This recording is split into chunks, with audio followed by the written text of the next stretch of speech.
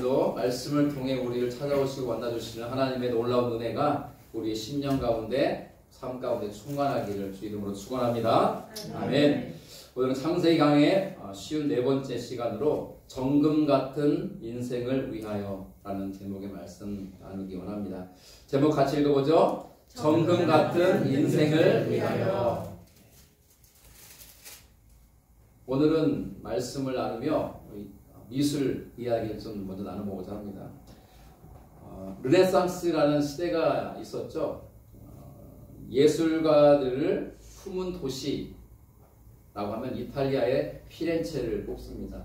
근데 그 피렌체라고 하는 도시에는 많은 예술가들이 살았는데 그 피렌체가 낳은 르네상스 시대의 3대 거장이 있습니다. 예술가 중에서의 예술가 3명. 아마 이 3명 중에 여러분들 한두 사람은 이름을 들어봤을 겁니다. 자, 물어보지는 않을게요. 자, 르네상스 시대의 3대 거장이 누군가? 첫째는 레오나르도 다빈치. 최후의 만찬 기억나시죠? 그림 그린 분. 그리고 미켈란젤로. 미켈란젤로 대단한 미술가죠. 그리고 마지막은 라파엘로라는 사람이에요. 이 세 사람이 굉장히 예술계에서는 유명한 사람들이에요. 이 르네상스 시대라는 것은 이전의 세대는 하나님, 신을 항상 염두에 두고 살았어요. 모든 문학 예술도 하나님과 관계된 거였어요. 노래를 만들어도 다 하나님께 드리는 찬양이었어요. 그런데 인간의 이 어떤 의식이 깨어나면서 아니다. 인간이 가장 존엄한 존재다. 그래서 인본주의 문화를 싹튼 사조가 이 르네상스예요. 근데 이 르네상스 시대에 이 3대 거장이라고 하는 이 미술가는 레오나르도 다빈치와 미켈란젤로와 라파엘로라는 사람이에요. 자, 그러면 이 그림을 한번 보시죠. 그림은 조각상이거든요. 혹시 보신 적 있어요? 네, 요 권사님 보신 적 있죠? 이 조각상의 이름이 혹시 뭔지 한번 맞춰보시겠어요? 이 조각상의 제목은 피에타예요. 피에타. 피에타는 이탈리아로 비통, 슬픔 이런 뜻이에요. 제목이 딱 맞죠? 지금 누구와 누구를 조각한 걸까요? 마리아와 예수님이죠. 그러니까 십자가에 달려 죽으신 예수님의 시신을 내려서 이렇게 부둥켜 안고 비탄에 담겨있는 마리아를 이렇게 조각한 거예요. 누구 작품이냐면 미켈란젤로라는 사람의 작품이에요. 피아체. 아주 유명한 조각 작품이죠. 이 미켈란젤로의 작품 중에 이 피아체 못지않게 어쩌면 더 유명한 조각상이 하나 있습니다. 바로 이겁니다. 뭘까요? 다비드상이에요. 다비드상. 그럼 다비드는 우리가 알고 있는 다윗이에요. 다윗. 저거는 제가 하트를 미국인데 미국에서 수업 시간에 선생님이 저처럼 이렇게 처리하지 않고 그대로 이렇게 보여주고 수업을 했는데 그게 이제 무슨 뭐 포르노 문제에 걸려가지고 이렇게 형벌을 받았대요. 미국에서도. 뉴스가 있더라고요. 그래서 찾아보니까 기사를. 그래서 저도 혹시 누가 신고할까 싶어서 이렇게 처리를 했습니다. 이게 다비드상이에요. 다비드는 다윗이에요. 다윗 왕. 다윗의 이 어떤 그 몸의 비율과 균형이 최고로 이렇게 멋지게 되어 있죠. 근데 이 다비상과 다비드상과 이렇게 연관된 일화가 하나 있습니다. 많은 사람들이 이 미켈란젤로가 완성한 이 다비드상을 보기 위해서 피렌체라는 도시에 엄청나게 모여들어서 사람들이 보려고. 이 유명한 조각가인 미켈란젤로가 만든 5m짜리 5m니까 엄청 크죠? 5m짜리 다비드상을 이게 지금 사진으로 다가보자면 5m예요. 이 다비드상을 보려고 엄청 모여들어서 사람들이 다 이제 커튼으로 탁 가리고 있었고요. 이제 설명을 한 다음에 이제 카운트다운을 하고 커튼을 탁 치니까 이게 탁 등장하는 거예요. 그래서 사람들이요 탄성을 지르면서 도저히 인간이 만들 수 있는 것이 아니다 라고 하면서 그 자리에 무릎을 다 꿇고 하나님께 감사의 기도를 올렸다고 합니다. 그래서 잠시 뒤에 한 사람이 이 미켈란젤로에게 묻습니다. 당신은 어떻게 이렇게 엄청난 작품을 만들 수가 있었습니까? 그 사람이 질문한 이유가 있어요. 뭐냐면 저도 몰랐지만 이 다비드상을 만든 돌은 엄청 큰 바위 대리석이었어요. 대리석. 근데 그 대리석이라는 게 이 돌에도 결이 있대요. 근데 돌의 결이 일정해야 돼요. 모든 사방이. 그래서 깨거나 뭐 할 때 박살나지 않고 정교하게 원하는 대로 깎을 수 있어야 되는데 어느 쪽은 푸석푸석해요. 푸석푸석한 데는 이게 정으로 이렇게 했다가는 박살나죠. 또 어느 쪽은 아무리 막 정으로 쳐도 깎이지 않는 너무 단단한 쪽, 이렇게 이 대리석 자체가 일정치가 않은 거예요. 어떤 쪽은 너무 단단하고 어떤 쪽은 너무 푸석푸석하고 수십 년 동안 조각가들이 그 대리석을 가지고 조각을 만들려고 했지만 다 실패했고 포기했던 돌, 그 돌덩이를 미켈란젤로가 가지고 다비드상을 완성했다는 거예요. 그러니 사람들이 놀랄 수밖에 없는 거죠. 어떻게 그렇게 돌의 결도 좋지 않은 바위덩어리를 가지고 이런 엄청난 작품을 만들었느냐 물은 거예요. 이 질문의 답이 중요한 거예요. 자, 이 미켈란젤로가 뭐라 답했는가? 나는, 잘 들으세요. 나는 돌 속에 갇혀있는 다비드만 보고 불필요한 부분을 제거했을 뿐입니다. 우리가 그 돌덩어리를 봤을 때는요, 그냥 대리석 바위덩어리예요. 바위덩어리예요, 바위덩어리. 발로 차고 내 발만 아프겠지만. 그런데 미켈란젤로에게는 그 돌덩어리를 보지 않고 그 속에 담겨져 있는 누굴 본 거예요? 다윗을 본 거예요. 다윗을. 그래서 다윗의 모양 이외의 것을 다 제거했을 뿐이라는 거예요. 이 교훈은 굉장히 큰 충격을 주었습니다. 우리의 인생을 돌아보아도 매치가 탁 되죠. 그럼 우리의 인생이 하나님 앞에 아름답고 멋진 작품처럼 되려면 어떻게 해야 될까? 우리 인생 가운데, 내 삶 가운데 불필요한 것들을 다 깨뜨리고 깎고 버려내야 돼요. 버릴 거는 버려야 돼요. 끊을 거는 끊어야 돼요. 그리고 깎을 것은 깎아야 돼요. 그래야 비로소 우리도 하나님 앞에서 멋진 작품으로 나올 수 있다는 거예요. 오늘 우리는 본문에서 그러한 사람을 만납니다. 아까 했던 말이고요. 누굽니까? 바로 야곱입니다. 하나님은 야곱을 귀하게 쓰시기 위해서 그를 깨뜨리시고 깎으세요. 그 이야기가 오늘 본문에 잘 나오고 있죠. 야곱은 가나안 땅에 있는 브엘세바라는 곳을 떠나서 이 밧단 하람이라는 곳에 있는 하란 땅으로 갑니다. 그 하란 땅에서 한 우물을 만나게 되고 그 우물 곁에서 그 지역 목자들과 대화를 하게 됩니다. 그러던 중에 양떼를 몰고 오는 라헬을 만나게 되죠. 그러자 야곱은 우물 입구를 막아두었던 돌덩어리를 치우고 라헬이 몰고 온 양들에게 물을 마시게 합니다. 그리고 나서 야곱은 라헬에게 입을 맞추고 인사를 하면서 펑펑 울죠. 그리고 나는 당신의 아버지인 라반의 여동생 리브가의 아들이요. 자기를 소개합니다. 그래 나는 당신의 아버지의 조카요. 라고 소개를 한 거죠. 그러자 라헬은 깜짝 놀라죠. 그 길로 아버지에게 달려갑니다. 아버지에게 잡초 지역을 이야기합니다. 라반이 그 이야기를 듣고 우물가로 달려와서 야곱을 끌어안고 입을 맞추고 그를 환대하면서 그를 영접하죠. 자기 집으로 데리고 가죠. 발을 씻기고 음식을 먹입니다. 그러는 동안 야곱은 그동안 있었던 일들을 외삼촌에게 자세히 이야기를 합니다. 그러자 라반이 뭐라고 말합니까? 너는 참으로 내 혈육이로구나 하면서 그를 기뻐합니다. 자, 이렇게 해서 야곱이 외삼촌 라반의 집에서의 삶이 시작됐습니다. 한 달의 시간이 훌쩍 지났습니다. 여러분 외삼촌이 극진히 대접을 했어요. 또 야곱은 먼 길을 걸어왔어요. 피곤하고 지쳐있죠. 아마 짐작컨대 며칠은 먹고 자고 쉬면서 시간을 보냈을 거예요. 자, 그런데 야곱은요, 놀고 먹지 않았어요. 여러분, 놀고 먹는 게 어때요? 동경제? 좋죠? 뭐예요? 그 거짓말을 해요? 놀고 먹는 게 좋지. 나는 좋습니다. 놀고 먹는 게. 안 좋은 사람이 어디 있어요? 뼈 빠지게 일하면서 지내는 게 좋습니까? 놀고 먹는 게 좋습니까? 고등형제 뭐가 좋아요? 솔직히 말해보세요. 놀고 먹는 게 좋죠. 예. 놀고 먹는 게 좋아요.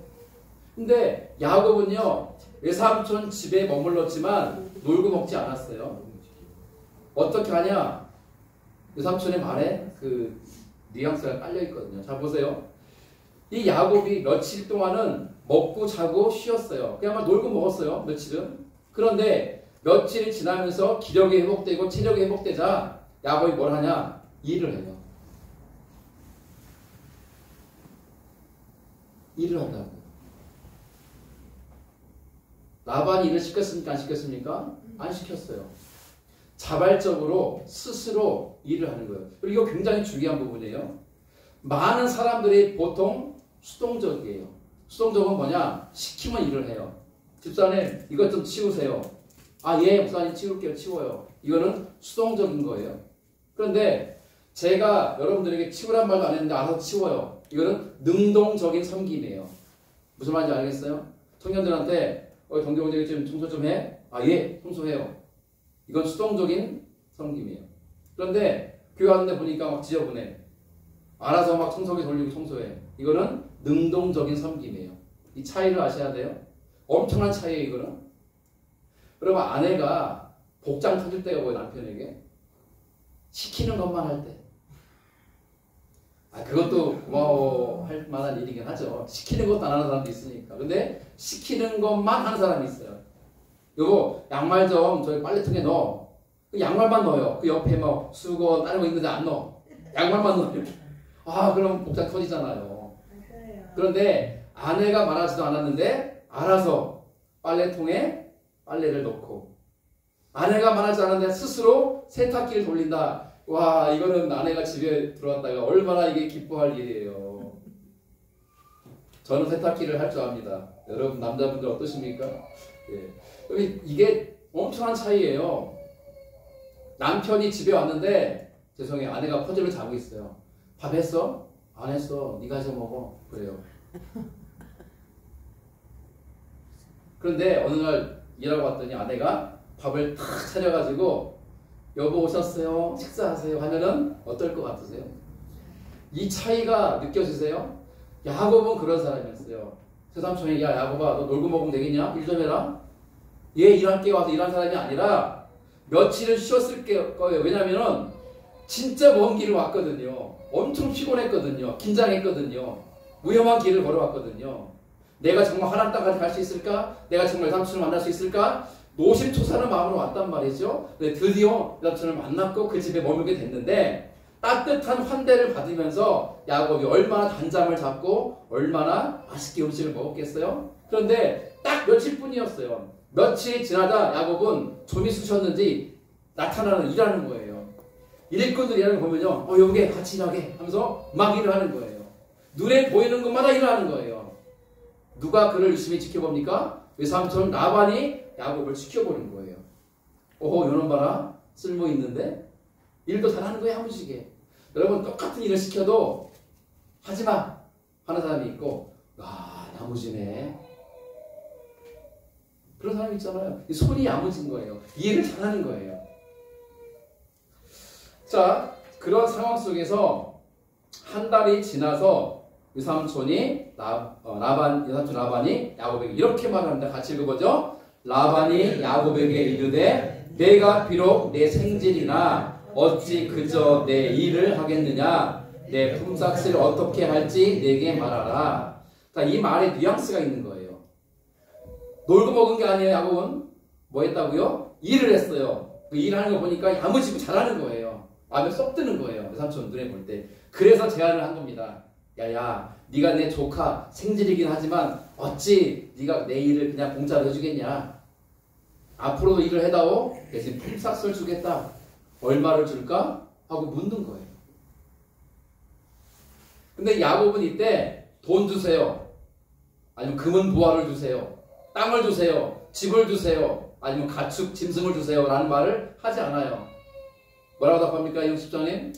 자, 같이 읽어보죠. 16, 17 시작. 라반에게 두 딸이 있으니 언니의 이름은 레아요 아우의 이름은 라헬이라. 레아는 시력이 약하고 라헬은 곱고 아리따우니 야곱이 라헬을 더 사랑함으로 대답하되 내가 외삼촌의 작은 딸 라헬을 위하여 외삼촌에게 7년을 섬기리이다. 야곱이 뭘 요구합니까? 라헬을 달라는 거예요. 외삼촌, 제가 외삼촌을 위해서 일할게요. 그 몇 년? 7년 일할게요. 그러니 외삼촌의 작은 딸 라헬을 나에게 주세요. 왜 이 말을 했을까요? 야곱이 라헬을 사랑했기 때문에. 여러분, 이 이야기를 들은 외삼촌이 어떻게 생각했을까요? 먼저 우리 빨간색 글씨를 보죠. 레아는 어떻다고요? 시력이 약했다 그랬고 라헬은 곱고 아리따웠다. 사실 이 문장이 좀 애매해요. 왜냐하면 여러분, 사람이 뭔가를 비교할 때는요, 비교점이라는 게 맞아야 돼요. 키가 커 하면은 얘는 키가 작아 해야지, 얘는 키가 커, 얘는 뚱뚱해, 안 맞잖아요. 뚱뚱하고 날씬하고가 맞는 거죠. 크고 작고가 맞은 거예요. 이렇게 대조점이 안 맞아요, 지금 보면은. 왜냐면은 이렇게 해야 맞죠. 레아는 시력이 약한데 라헬은 시력이 좋았더라. 이렇게 해야 말이 맞잖아요. 근데 이게 뭐가 좀 안 맞잖아요, 대조점이. 왜냐하면 그 원문에 대한 해석이 조금 폭넓게 가능하기 때문에. 그런데 그래서 제가 성경을 찾아봤어요. 찾아봤더니 새 번역은 정확하게 이렇게 번역합니다. 새 번역 같이 읽어보죠. 레아는 눈매가 부드럽고 라헬은 몸매가 아름답고 용모도 예뻤다. 이게 맞죠, 이제는 대조점이. 외모를 말하려면요, 똑같이 외모를 말해줘야 돼요. 얘는 키가 큰데 얘 성격이 더러워. 이게 뭐가 안 맞잖아요. 마찬가지인 거예요. 레아는 시력이 약했다는 뜻이 약하다는 뜻보다는 눈매가 부드러웠다. 그리고 라헬은 몸매가 아름답고 용모도 예뻤다. 그래서 유진 피터슨이라는 목사님이 쓴 메시지 성경도 이렇게 번역합니다. 읽어보죠. 레아는 눈매가 예뻤지만 라헬은 눈부시게 아름다웠다. 더 와닿죠? 작년 이맘때 우리 이영식 고민집사님이 우리 누리 카드인가요? 뭐죠? 문화카드. 문화상품권 카드를 주셔서 제가 이 성경을 샀다는 거 아니에요. 메시지 성경을. 사실은 사고 싶었는데 비싸가지고 못 샀거든요. 그때 주셔서 잘 감사합니다. 잘 보고 있어요. 이 메시지 성경을 여러분이 권하는데요, 굉장히 잘 풀어서 이해가 잘 되게 된 성경이에요. 근데 거기 보면은 레아는 시력이 약했다 이럴 게 아니라 눈매가 예뻤다 이렇게 나요. 그리고 라헬은 눈부시게 아름다웠다. 근데 이 표현이 이 한마디로 끝나요. 이 라헬이 얼마나 예뻤는지가 나와요. 대충 예쁜 게 아니에요. 정도껏 예쁜 게 아니에요. 눈부시게 예뻤다는 거예요. 그러니 야곱이 라헬에게 첫눈에 반한 거예요. 레아도 예뻤던 것 같아요. 평균 이상은 해요. 그런데 라헬에 비하면 비교가 되는 거예요. 이 라헬은 언니보다 훨씬 예쁜 거예요. 눈부시게 예쁜 거예요. 피규어 서치 예쁜 거예요. 자, 그런데 잘 보세요. 야곱이 라헬을 첫눈에 반한 것은요, 그녀의 눈부시게 아름다운 외모 때문이기도 하지만 또한 그녀의 성격과 이 행동하는 모습 때문에 그런 거예요. 여러분 기억하세요? 야곱이 라헬을 처음 만난 곳이 어디예요? 우물가잖아요. 우물가에서 라헬이 뭐 이렇게 세수하고 있었습니까? 화장하고 있었어요? 뭐 하고 있었습니까, 라헬이? 양떼를 몰고 왔잖아요. 왜? 그녀가 하는 일이 목자예요. 양치는 거예요. 여러분, 양치는 거는 목가적인 게 아니에요. 양치는 거는 보통 남자들이 해요. 왜? 일이 거칠고 힘드니까. 양들도요, 고집이 얼마나 센지 몰라요, 양들이. 말 징그럽게 안 듣는 게 양들이에요. 예수님이 우리를 양으로 비유했던 것 같아요. 여자의 몸으로 양들 끌고 양떼를 간다는 자체가 힘들어요. 뿐만 아니라 목초지, 풀이 많은 땅을 차지하면 양들에게 풀을 먹이자 하는데 그 목초지를 혼자 본 게 아니잖아요. 다른 목자들과 싸움이 있어요. 항상. 야, 꺼져. 네가 꺼져. 내가 먼저 봤단 말이야. 먼저 본 게 뭔 대수야. 내가 먼저 여기 도착했단 말이야. 철류가. 목초지 놓고 싸우는 거예요. 목자들끼리. 나중에 치고받고 싸우고. 이런 싸움을 여자의 몸으로 한다는 게 보통 일입니까? 그리고 맹수는 어때요? 맹수가 와서 양 잡아가려고 할 때 어떻게 해야 돼요? 에그머니나 자기만 살려고 몸을 이렇게 숨깁니까? 다윗이 어떻게 했습니까? 맹수의 입을 찢어주겠다고 했어요. 라헬이 그 정도의 대력을 갖고 있지 않았겠지만 맹수를 쫓아야 될 거 아니에요. 이 몽둥이로 막 내려치면서 양을 물어가려고 하는 맹수를 쫓아야 될 거 아니에요. 그리고 때로는 들에서 밤을 지새우면서 양떼를 지키는 일을 해야 되는 거칠고 험한 일이 목자의 일이에요. 라헬의 직업은 뭐였냐? 집에서 바느질하고 뜨개질하고 살림하고 요리하는 게 아니라 양치는 일이에요. 와이드예요. 아주 씩씩해요. 용감해요. 호전적이에요. 외향적이에요. 누구 마음에 쏙 들어요? 야곱 마음에 쏙 들어. 왜? 야곱은 그렇지 못했거든요. 야곱은 어떤 사람이었습니까? 집에 있기를 좋아했어요. 엄마와 함께 지냈어요. 엄마 요리할 때 같이 요리했고요. 엄마 집안일 때 같이 집안일 했어요. 되게 섬세하면서 여성성이 강한 사람이 야곱이었어요. 그 야곱 콤플렉스가 있어요. 누구에게? 쌍둥이 형에게. 형은 어땠어요? 사냥을 잘하고 싸움을 잘하고 남자다웠잖아요. 그 형이 늘 부러웠어요. 그게 콤플렉스인 거예요. 그러니 나의 이 부족한 부분을 반대로 가지고 있는 여자가 너무 좋아 보이는 거예요. 그게 라헬이었어요. 외모도 출중했지만 그녀의 성격이나 삶의 스타일이 너무 마음에 들었던 거예요. 하여간 이런 이유로 야곱이 라헬을 사랑하게 됩니다. 그래서 외삼촌이 야곱아 네가 나를 위해서 일해주겠니? 품삯을 주마. 얼마를 줄까? 일당을 말해봐라. 내가 일당 얼마를 쳐줄게? 이렇게 제안을 하는데 외삼촌 일당은 됐고요. 저 라헬을 주세요. 허허허허 네가 라헬을 원하는구나. 그래 내가 다른 사람에게 라헬을 주느니 너에게 주는 게 좋겠구나. 삼촌 제가 7년 동안 일하겠습니다. 라고 하면서 드디어 일종의 거래죠. 거래가 성사가 됐고 7년 동안 야곱은 뼈 빠지게 일합니다. 자 그런데 자 여러분 7년 동안 일하면 얼마 정도를 벌까요?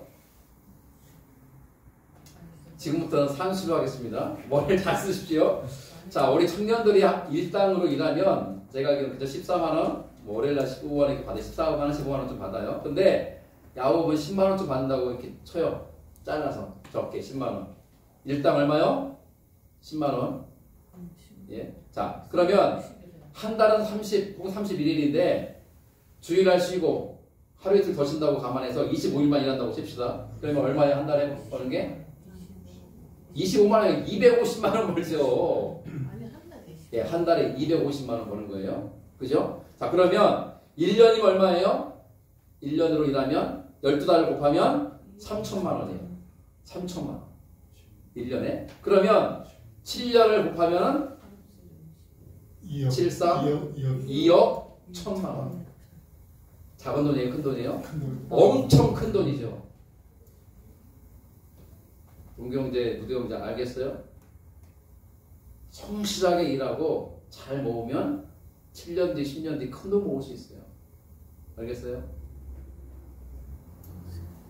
야곱에게 제안했던 품삯 그리고 야곱이 품삯 대신 라헬을 달라고 하면서 7년 일한다고 그랬잖아요. 그 7년 동안의 노동은요 이렇게 어마어마한 가치를 가지고 있어요.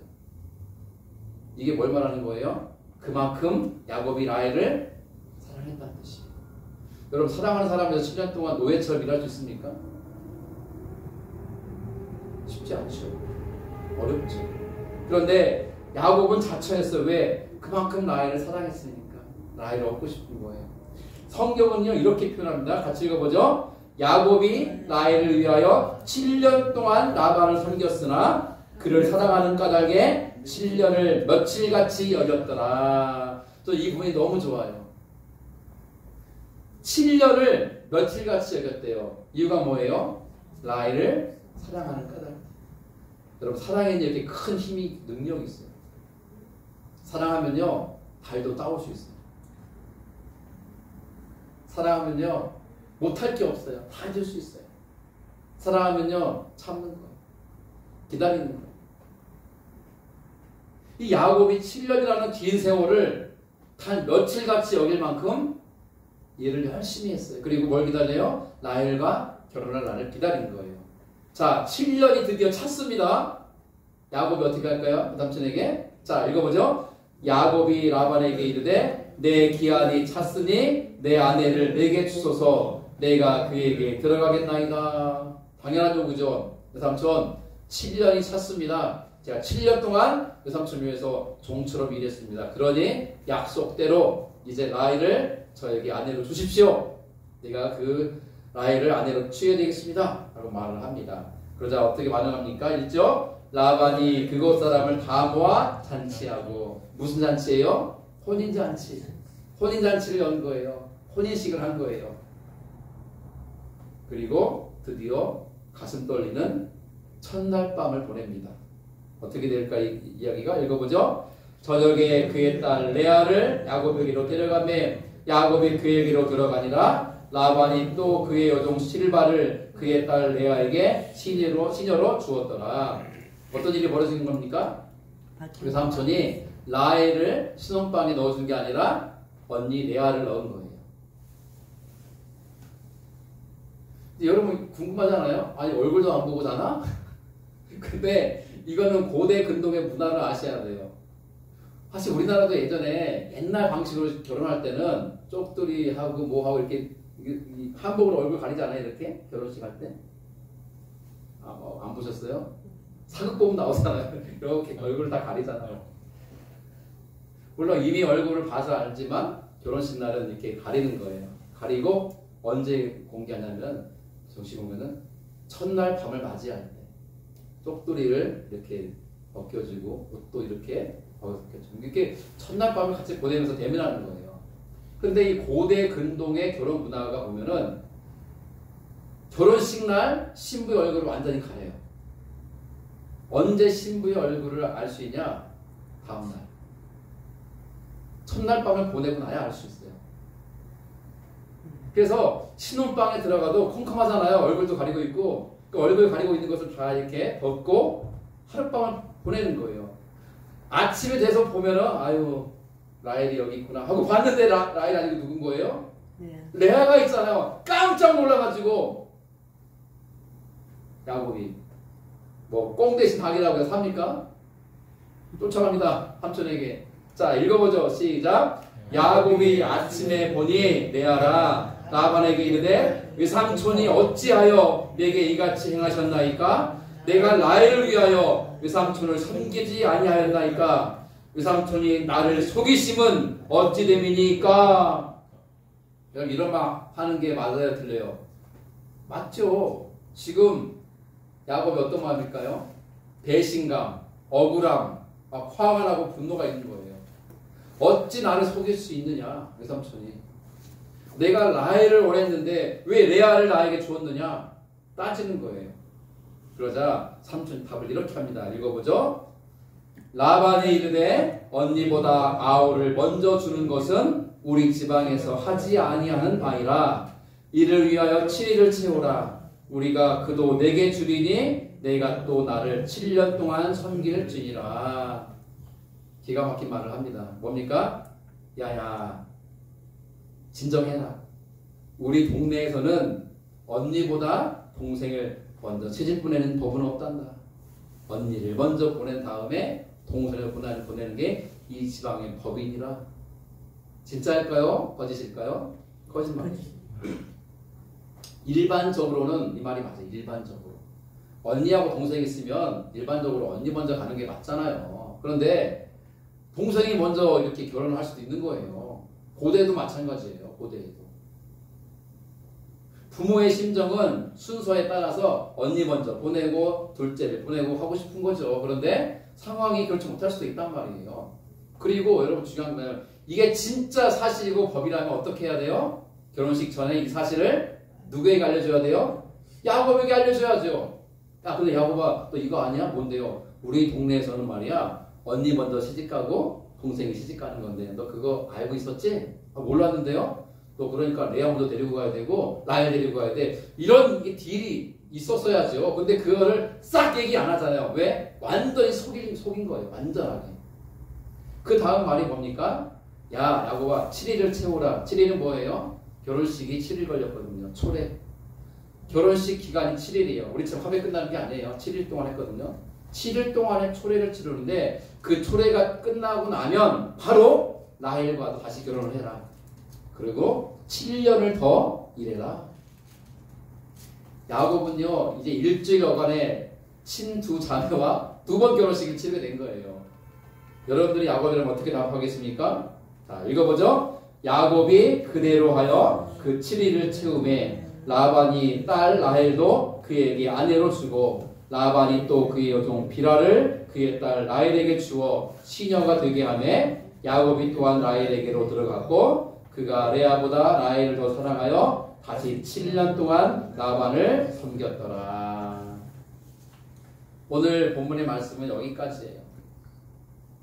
근데 마지막 부분을 좀 더 생각해 보기 원합니다. 아침에 일어났어요.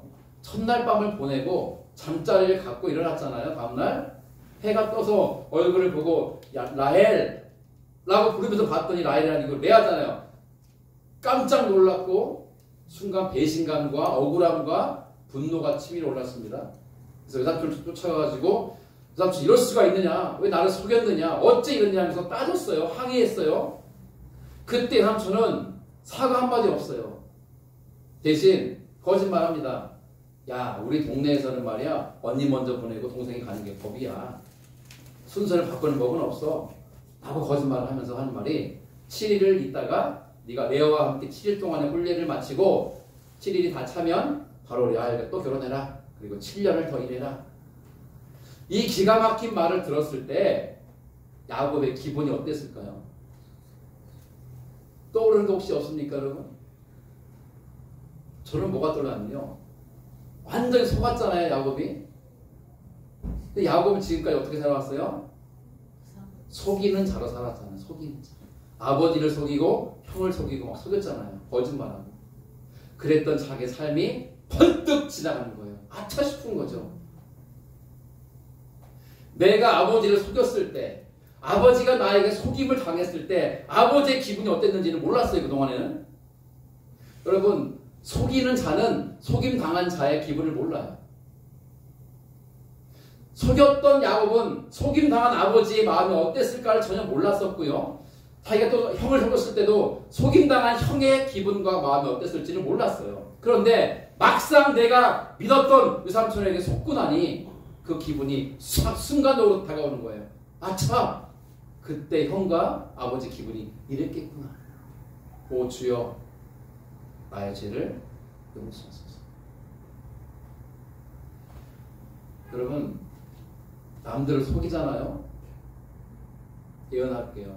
더 잘 속이는 자에게 속임 당하게 돼 있습니다. 남들에게 등쳐먹습니까? 더 큰 등침을 당할 겁니다. 남의 눈에 피눈물을 흘리게 만들었습니까? 나 호요식합니까? 예언합니다. 더 큰 피눈물을 흘릴 것이고 더 큰 고통을 당할 것입니다. 왜? 하나님은 살아계십니다. 하나님이 왜 야곱을 이러한 고통 속에 넣으셨을까? 그것은요, 야곱은 그 고통 속에서야만이 진정한 회개를 할 수 있고 자기의 잘못과 죄를 뉘우칠 수 있으며 하나님의 종된 자로 다시 태어날 수 있기 때문에. 그저 머리로 아 내가 잘못 살았지, 내 인생 내가 잘못 살았어, 이런 식의 생각 가지고는요 되는 게 아니에요. 오늘 조금 마지막 부분에 어려운 말을 한번 보도록 하죠. 동해복수법이라는 게 있어요. 동해복수법. 한자를 좀 보면 좋겠는데 같을 동이라는 거잖아요. 해는 해로울 자예요. 해로움을 내가 누군가에게 입혔으면 똑같은 크기의 해를 복수당한다. 그런 법이라는 거예요. 그게 구약 성경에 나와 있는 하나님의 응보의 원리예요. 응보의 원리. 여러분, 심은 대로 거두는 거예요. 아세요? 그래서 이런 말이 있죠. 인과 응보. 인과 응보가 무슨 뜻입니까? 원인이 있으면 결과가 있는 거예요. 여러분, 남비에다가 물을 넣고 끓이면 그 물이 어떻게 됩니까? 그렇잖아요. 원인은 뭐죠? 남대에 물 넣고 불을 켠 거예요. 결과는 뭐예요? 물이 끓은 거예요. 물이 끓어야 라면도 끓여 먹고 찌개도 해 먹잖아요. 원인과 결과를 말하는 거예요. 인과 응보는 거예요. 원인이 있으면 결과가 있는 법이니 응당 인생은 그 보답을 받는 것이다. 그런 뜻이에요. 그래서 나온 말이 이거예요. 종두득두. 무슨 뜻일까요? 콩 심은데 콩난다는 뜻이에요. 팥은 없어요. 이 한자예요. 원래 사자성어에는 종두득두예요. 콩 심은데 콩 난다예요. 근데 우리말에서는 콩 심은데 콩 나고 팥 심은데 팥 난다는 말로 확장되어 있죠. 뭡니까? 심은 대로 거두는 거예요. 야곱은 뭘 심었어요? 사람을 속였어요. 뭐 했어요? 거짓말했어요. 그렇게 살아왔어요. 하나님은 그런 야곱을 다루시죠. 어떻게? 더 크게 속고 더 크게 거짓말 당하게 하시는 거예요. 이놈 고소하게 한번 당해봐라. 그런 마음으로 하시는 게 아니에요. 왜 그럴까요? 그렇게 해야만 깨닫고 무릎 꿇고 겸손해지고 하나님 앞에 회개하니까. 저나 여러분들이랑 어지간해서는 회개 안 합니다. 안 그렇습니까? 우리가 저 앞에 회개합니까? 회개했다고요? 생각으로 입술로 하나님 잘못했어요 라고 몇 마디 말하면 회개가 된 줄 아세요? 아니에요. 인생은 대가를 치르는 거예요. 내가 하나 앞에 지은 죄는 반드시 대가를 치러야 돼요. 그래야 죄가 사라져요. 그러나 기쁜 소식이 있어요. 우리 주 예수 그리스도께서 그 죄값을 대신 치르셨어요. 그 사건이 십자가예요. 그러면 우리는 그저 기뻐만 하는 것인가? 야, 이 대가는 예수님이 치르셨으니까 나는 이제 내 마음대로 하면 되는 것인가? 아니요. 말씀을 이제 마무리에 이뤘습니다. 미켈란젤로가 다비드 상을 만드는데 어떻게 했다고요? 큰 돌덩어리를 보고 그 속에 보이는 다윗의 모습만 빼놓고 나머지는 다 깎아내고 정으로 갈가쓰고 제거했다고 그랬잖아요. 마찬가지예요. 우리 안에 하나님의 형상이 하나님 보시기에 아름답게 보여질 만한 작품이 나오기 위해서는 우리 인생이 그렇게 되기 위해서는 뭐 해야 된다고요? 버릴 거 버려야 돼요. 끊을 거 끊어야 돼요. 깎을 거 깎아야 돼요. 아픔의 시간을 거쳐야 돼요. 그렇지 않고는 우리도 하나님 보시기에 아름다운 작품으로 나올 수 없다는 겁니다.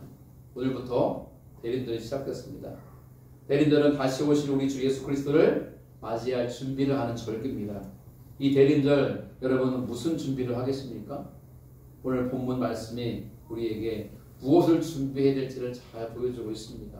다시 한번 주 앞에 엎드리시고 회개합시다. 그리고 내가 지금까지 주 앞에 버리지 못한 것, 끊지 못한 것, 포기하지 못한 것, 깎아내지 못한 것, 주 앞에 온전히 맡겨드리고 그렇게 나아갑시다. 그런 후에 욥과 같은 이런 고백을 할 겁니다. 같이 고백합니다. 그러나 내가 가는 길을 그가 아시나니 그가 나를 단련하신 후에는 내가 순금같이 되어 나오리라. 아멘. 함께 기도하시겠습니다.